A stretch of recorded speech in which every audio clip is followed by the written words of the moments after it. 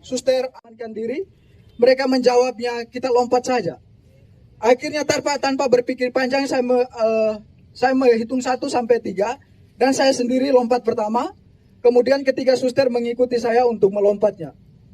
Sesampainya di bawah kami pikir bahwa kami sudah aman dari kejaran mereka, tetapi mereka tetap mengikut kami ke bawah. Sampai ke bawah saya sendiri tersangkut di akar pohon. Kemudian ketiga suster yang lainnya, yang satunya Suster Kris tersangkut di pohon juga. Suster Ella tersangkut di antara semak-semak. Kemudian Suster Anti dia melompat jaraknya sekitar 150 meter ke dalaman jurang ini gitu. Dan dia juga tersangkut di semak-semak. Mereka terus mengikut kami ke bawah, kemudian mendapati Suster Anti di bawah. Kemudian mereka naik, dapat lagi Suster Ella yang sekarang sudah ada di almarhum.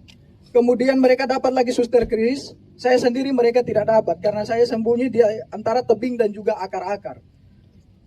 Kemudian mereka mengumpulkan ketiga suster ini. Kemudian mereka semakin membabi buta. Mereka mulai menelanjangi suster. Kejadian semakin brutal karena jumlah mereka semakin banyak. Akhirnya suster-suster ini tidak berdaya lagi. Mereka semakin lemah, akhirnya mereka pingsan. Dalam keadaan pingsan mereka dipikir bahwa mereka sudah meninggal. Sehingga terpaksa mereka didorong lagi ke dalam jurang yang lebih dalam. Kedalaman jurang itu sekitar 300 sampai 400 meter.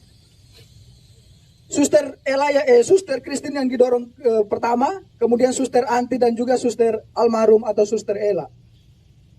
Sesampainya dibawa ke dalaman jurang itu, Suster Anti langsung pingsan, dalam keadaan pingsan tidak sadarkan diri. Suster Kris masih sempat dari pingsannya bisa sadar. Suster Ella juga dari pingsannya bisa sadar kembali. Akan tetapi dalam keadaan itu mereka tetap ikut ke bawah. Kemudian Suster Anti dan Suster Kris masih bisa bertahan untuk memilih untuk menghindar dari mereka dengan menyembunyi di semak-semak.